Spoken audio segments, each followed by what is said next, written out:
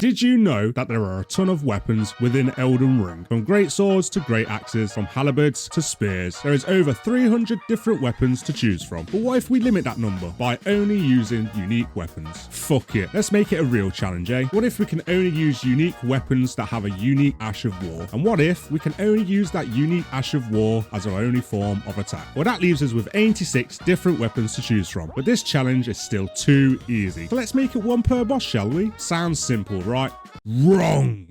You see, we have to combat a multitude of mountains because most of these unique weapons are actually locked behind bosses. While we could technically trade bad weapons for good ones, I really couldn't be arsed with routing that shit, so I kept it with weapons I could easily pick up. Weapons like the winged Scythe and Ghiza's wheel. On top of that, micromanaging all your resources was a major ball ache, and deciding which weapon to use on which boss would make this challenge even harder. With that in mind, here are the rules for this challenge. I can only use a unique weapon's Ash of War. When I defeat that boss, that weapon can no longer be used in the entire game. I can dupe remembrances, however, but I cannot use the same weapon from that remembrance. So I can't use two Axes of Godric, but I can use the Axe of Godric and Grafted Dragon. All 165 bosses are classed as bosses. I have to clarify this because Reddit was having a hard time understanding what a boss was, and no summons or spirit ashes allowed. Got it? Good. Now before we get into the meat of the video, and to save us a ton of time later on, and because this run was a very long one, I just want you to know that I collected every single important item like gold seeds, stone sword keys. I pillaged every single grave, picked up every single somber stone I could find, and grabbed every single golden foot that I could find as well. I also picked up every single unique weapon that I could find, but if I never used it on a boss, I'm not going to mention it since it's not important to the actual challenge.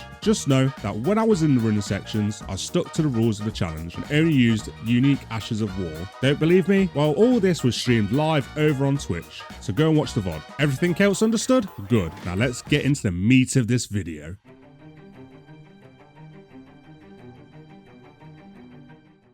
Choosing a class for this run was pretty simple, so I went with Wretch because I wanted to balance out as many stats early on as possible. Gave myself a totally random name, grabbed the Lands Between rune as my gift, and created a totally unique, one-of-a-kind character for the run. And it was time to enter the Lands Between. The beginning of this run was pretty much like every other Elden Ring run. I went to the Church of Ela first and grabbed a Smith and Stone one off the anvil and spoke to Carly about acquiring his crackpots and crafting kit before unlocking the Grace. I chatted with Melina for a while, who gave me a whistle for my very own unique one-of-a-kind steed and rolled up on Box so I could steal his mushrooms. There were a lot of important items to collect before we faced our first boss, like grabbing the Strength Knot Crystal Tear, the Feather Cookbook, the Physics Flask, and the Turtle Talisman, before proceeding down the world's longest elevator into Sophra's River to take the Sending Gate towards Dragonkin and snag the Maracas Scar Seal from behind the waterfall. I also grabbed the first half of the Dexter's Medallion from Fort Height and then booked it all the way to Castle Morn to acquire our very first weapon for the run, the Steel Wire Torch, with the Ash of War, Bartender's Flame.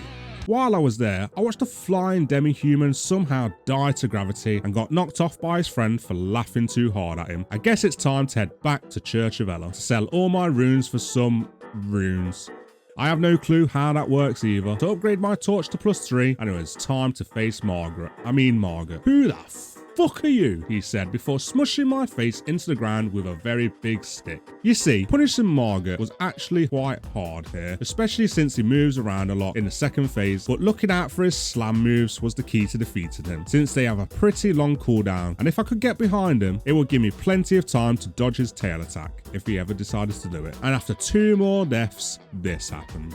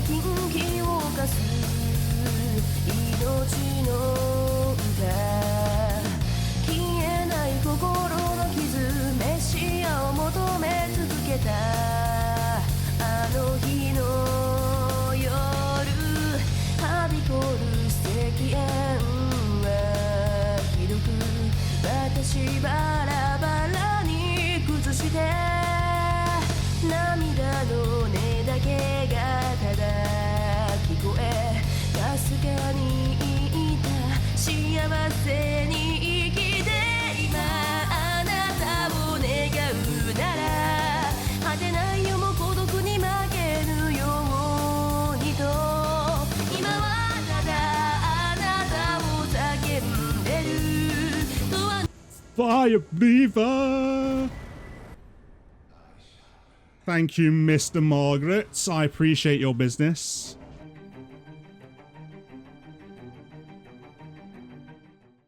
With Morgott dead, it was time to collect a few more things that I needed for the run. So I decided to steal the Faith Not Crystal Tear from a couple of flowers who were just coming into bloom, and then died trying to reach the next weapon I could use for the run. The Winged Scythe. With the Ash of War, swish and flick.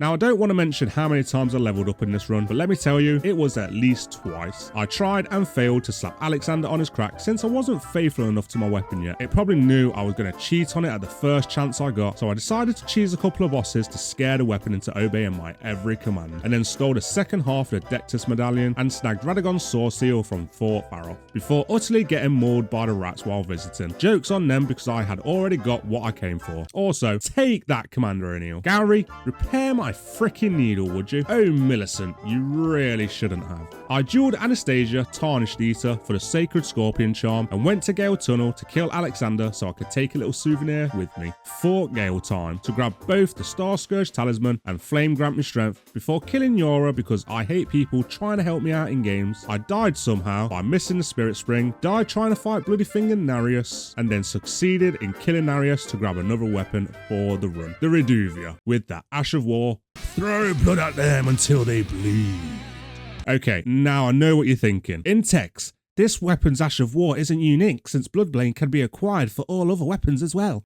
Shut the fuck up. The Fextra Wiki says that this is a unique skill, and we all know they're more trustworthy than 99% of the YouTube comment section. There, I said it. Happy now? I had a little tiff with Banal over his arm set and killed a knight so I could acquire the Golden Vow Ash of War. Gostop, remember that one time you locked me up? Not this time, buddy. I proceeded across the bridge in Stormvale Castle to pick up the Ash of War Scarab headpiece, and it was time to face Mr. Hansi himself. Since we killed Banal, we did acquire another weapon, Devour's Scepter, which I thought would have been so much better since the Ash of War allows you to heal every time it hits. But as you can see, the damage output of this thing is more of a tickle than an actual suck. I mean, I've known people to suck way better than this useless weapon. So I abandoned that idea and switched to the Winged Scythe instead. What the fuck is this game even? Let's try that again, shall we?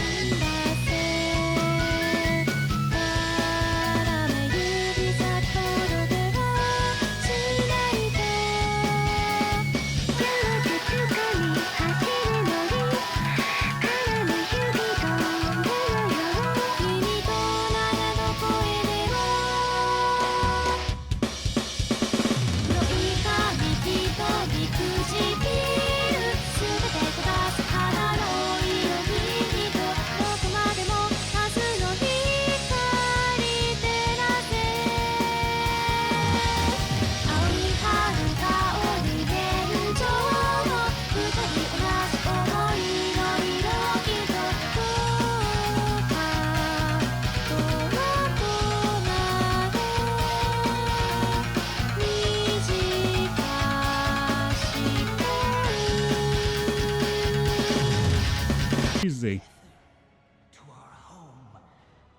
Easy games.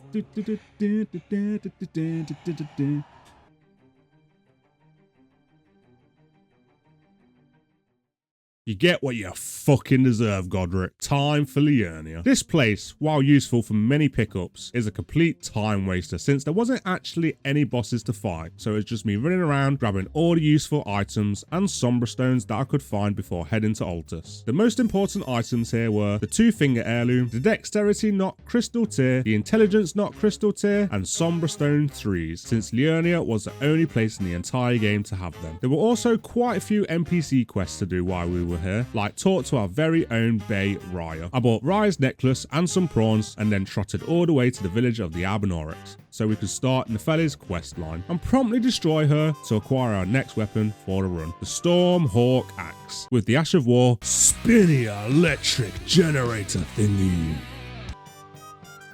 Take Raya's hand so she can escort us to her house, so we can talk to her mother, Tanith, about acquiring our very own room, and fight Raya's ex-boyfriend, Inquisitor Ghiza. Okay, Ghiza, okay. What the fuck? I guess we'll come back later then. Altus Tunnel it is. I'm actually getting wrecked. Okay, I don't think the Sombra's down there. Really? Finally. Maybe Sainted Hero's Grave will be better? I'm dead. Okay, that wasn't so bad, was it? Widowblood Ruins next. Come on, buddy. Oh my god. I pressed dodge, but then I pressed... No. I pressed my attack, but then I pressed dodge, and it queued my attack. Fuck. Sit the fuck down, Magnus. Volcano Manor for round 2. And don't forget the freaking grace this time. Thank you. GG's. I'll take that wheel off you, mate. Okay, now we are back, baby. And it's time for the next weapon in this run. Ghiza's Wheel. With the Ash of War, the Pizza Cutter. I did kind of have a plan for this weapon, but for now, we're going to safely store it away. I grabbed the Pearl Drake Talisman and the Lightning Scorpion Charm and used Ghiza's Wheel to make short work of an old and frail dragon who was just lounging around, minding its own business. So we could level up and become stronger, because if you didn't know, that's what happens when you level up. Back to Altus to face one more invader, Eleonora, the Violet Bloody Finger, so we could acquire her weapon, Eleonora's Poleblade, with the Ash of War, dance until you bleed. And it's finally time to face Radahn. I used the Reduvia here because punishing Radahn was really easy, since you could stand under him during his long combo attacks and spam the Ash of War. I even got close to defeating him the first time. Second time's a charm, I guess. How about third?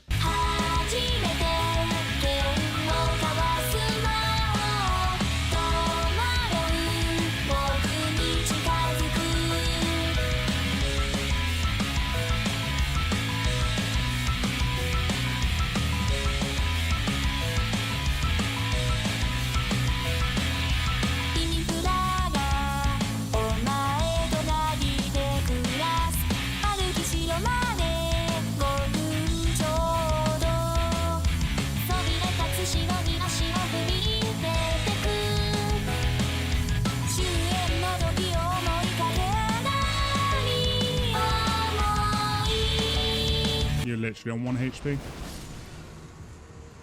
Thank you.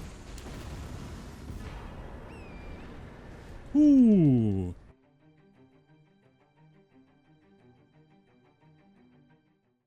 With Radahn dead, it was time to go to Round Table Hold, so I could jump off a 2-story balcony and grab the next weapon I would use for this run, the Ciphers Patter, with the Ash of War, Holy Fists of Death. Don't forget to grab the old lady's purse before fast traveling to Caelid to kill a bird. Yeah, show them who's boss. Time to add another weapon to my growing collection, the Death's Poker, with the Ash of War, Poke, Slam, Freeze. Back to Altus again. I ran all the way to the Minor Erdtree Church so I could grab the Golden Order Seal, and I spoke to Prawn Boy so I could buy some of his world famous crab legs, before grabbing the Azora Side Tomb Grace for easier access to DTS. This fight was probably one of the hardest fights in the run, since DTS is actually quite fast. The secret here is basing out his fireball attacks, since you could get a couple of pokes in. Applying Frostbite and then waiting for it to wear off was the key here, so just keep poking him until it procs, and then just wait. Also, make sure to only slam your weapon down when he has long cooldowns, since any other attack will get you caught by his follow-up attacks. And after a couple of procs, DTS is no more.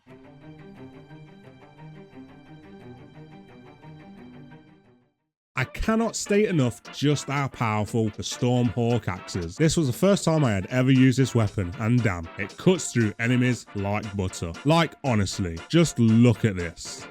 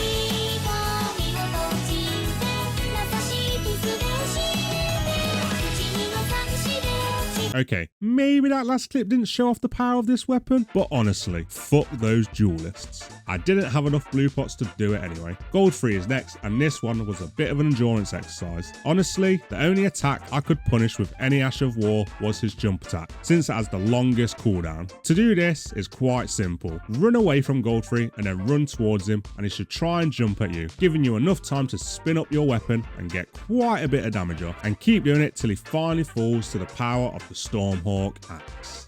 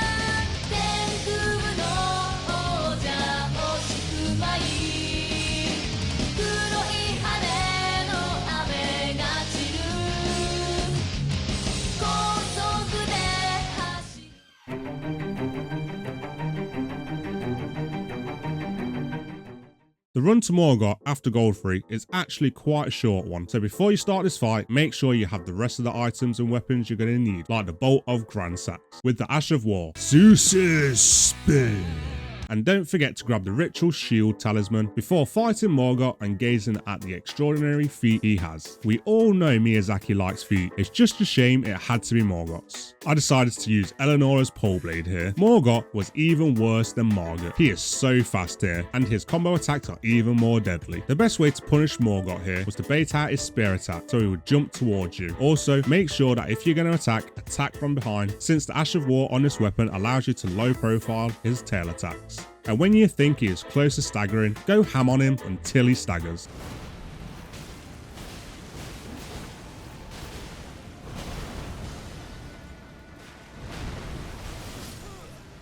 Oh my god! The fucking guys are underneath him, bro! Are you being serious, bro?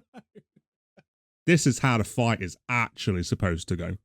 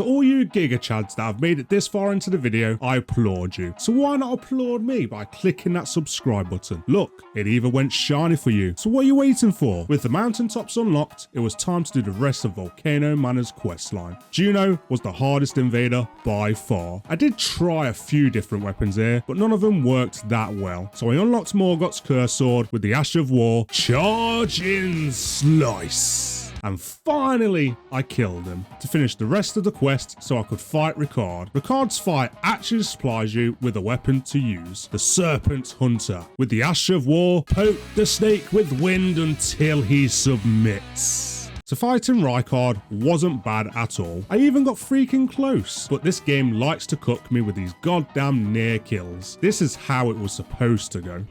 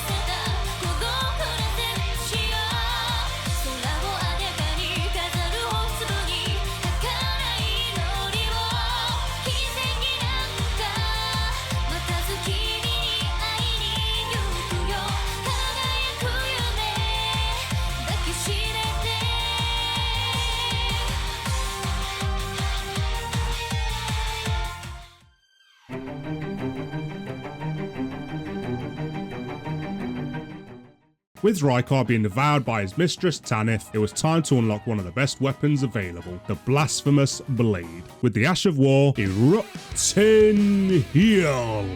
I grabbed my first bell bearing of the run and went to fight Akina, who promptly showed me why everyone loved the Rivers of Blood. So as revenge, I used the even more powerful Morgott's curse sword to show dominance, and robbed his corpse of the Rivers of Blood katana. With the Ash of War, swoosh, swoosh, swoosh, swoosh, swoosh. I also cut off his face as a reward for all my hard work getting up to this point, and it was time to take on the big man himself, Two-Faced. I tried the bolt of Gransax here first, since I thought it would work really well since it had a pretty high range attack, but I found out quickly that lightning did nothing but piss the poor guy off, so he threw me up in the air with his giant plate like I was a tossed salad. So instead, I switched it up and used Morgott's curse sword, which worked so much better due to the amount of bleed it did. I am kinda glossing over this, but the problem wasn't my weapon this time, it was my FP, since this weapon consumed a lot of it, and when you run low, the sword's damage dropped quite dramatically. But instead of telling you all this, I think I'll just show you how the fight went. So without further ado, here's me finally putting an end to the Fire Giant race.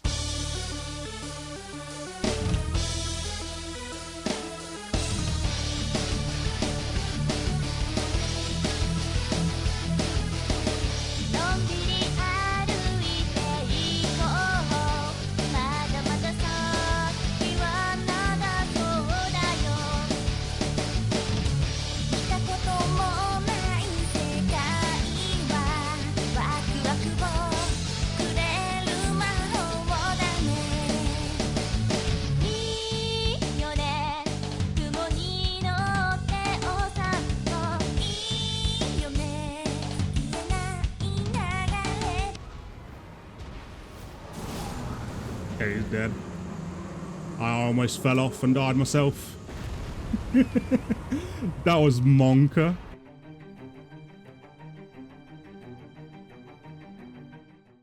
Time for everyone's favourite duo. No, not Ornstein and Smo. I'm talking about Godskin Noble and Godskin Apostle. Honestly, nothing even happened here worth noting. So I leveled up everyone's favourite pizza cutter and got to work. I actually got pretty damn close the first time, but Miyazaki is like a kid with a brick. But instead of throwing just one brick, he likes to throw the whole goddamn house at you. So I died. So I went back for round 2, and this is how discount ONS actually went.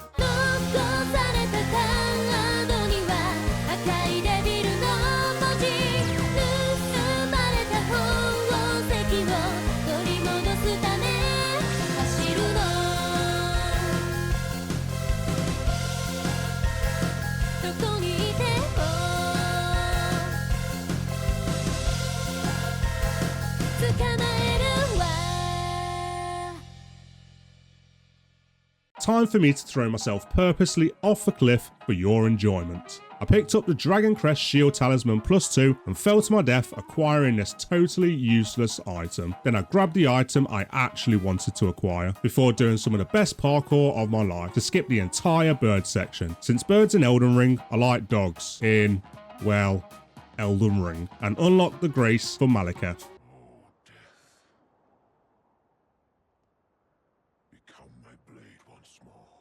Just like with Fire Giant, I thought Bolt of Gransax would do well here because of its sheer range. And while it was pretty strong and I did nearly kill him, Maliketh was just way too strong for me. So instead, I switched it up and used the Rivers of Blood, which seemed to work incredibly well. And it was pretty consistent in getting Maliketh to his second phase. So let's watch as I walk the road of destined death to put down the most dangerous dog in all of Elden Ring.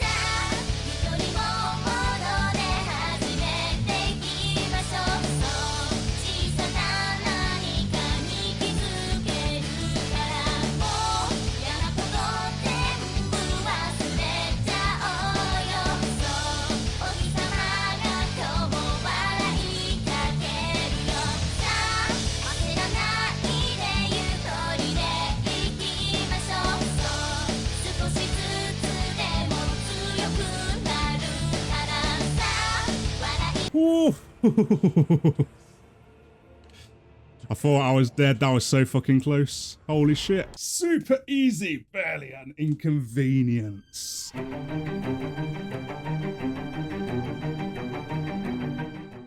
With Maliketh dead, I touched this weird cross symbol that transported me to the Ashen capital, and with the remembrance of the black blade in hand, I acquired the last weapon I would need for the entire run, Maliketh's Black Blade. With the Ash of War, stab the ground with blades of fury. Oh, before I forget, I did actually get another weapon for the run, Vyke's War Spear. With the Ash of War, stab the ground with flames of fury.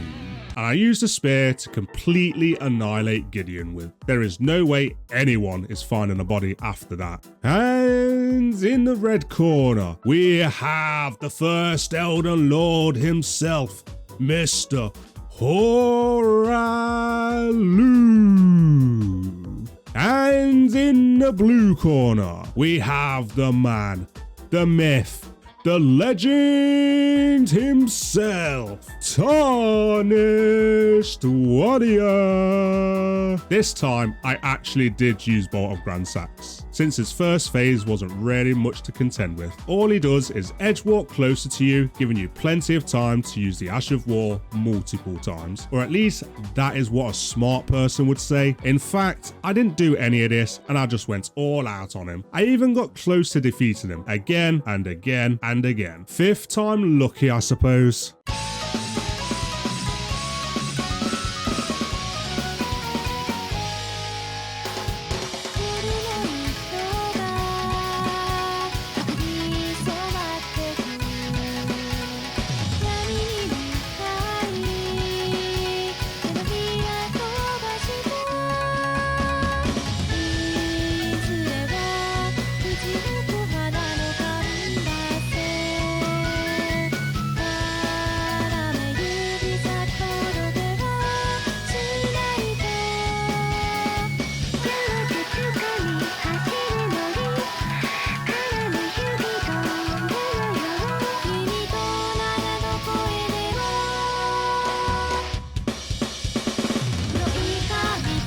Thank you. Dead. Holy shit.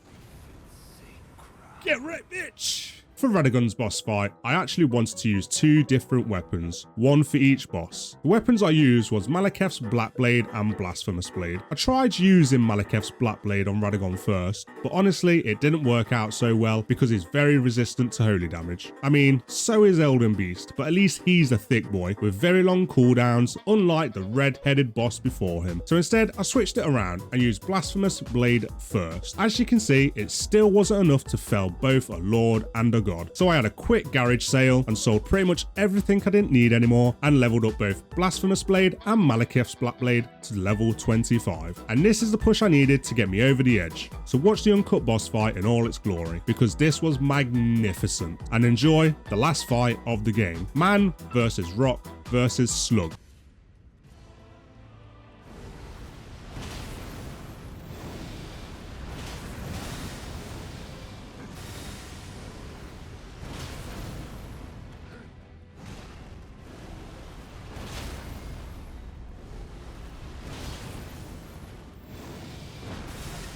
Ow.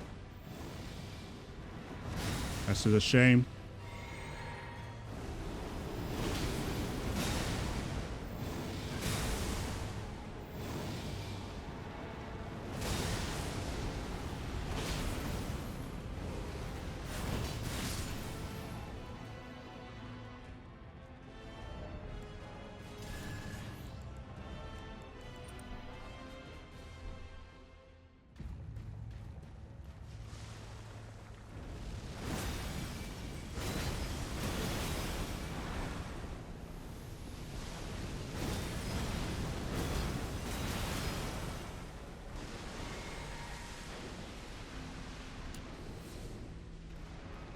Okay, you're gonna do rings.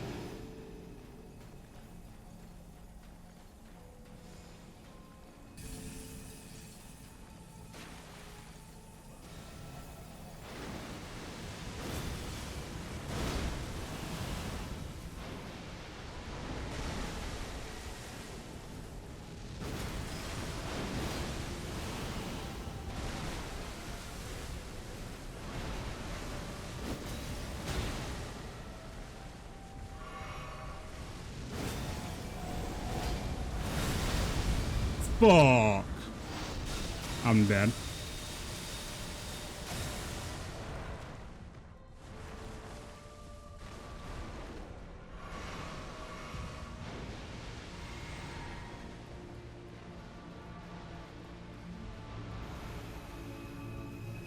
Elden missiles.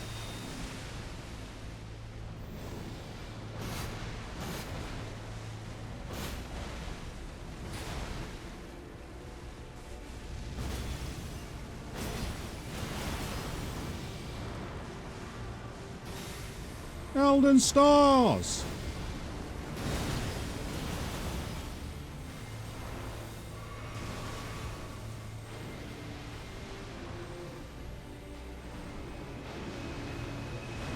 Elden rings! Fucking doing all the shit!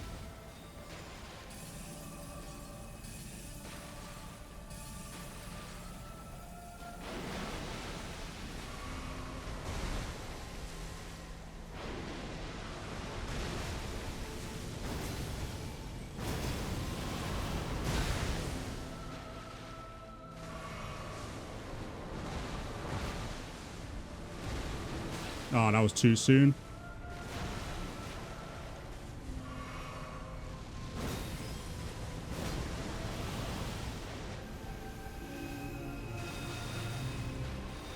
Ow.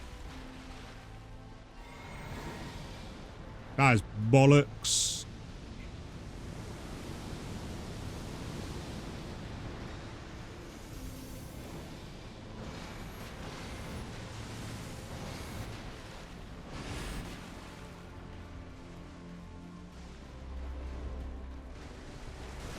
Please stop moving.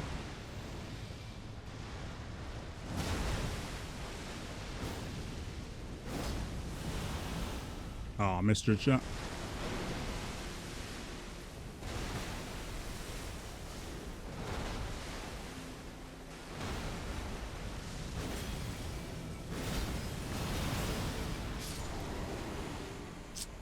Woo! Let's fucking go. Let's go. Oh! With two different weapons as well. Blasphemous Blade and fucking Maliketh's Black Blade. Let's fucking go. Fuck you, Fractured America. Fuck you.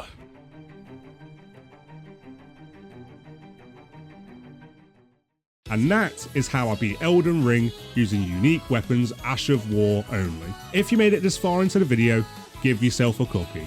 Trust me, I do not give them out lightly. And finger that subscribe button for me, since it helps me continue bringing out challenges like this. And if you're feeling up to it, give the video a like and share it with all your friends to show just how much of a Giga Chad I am. Also, don't forget to check out the Twitch channel in the link below, where I stream all these challenges live 4 times a week for you all to laugh at when I ultimately fail. But this video has gone on long enough and your lives are precious. So until next time, my friends, peace out, stay awesome, now fuck off.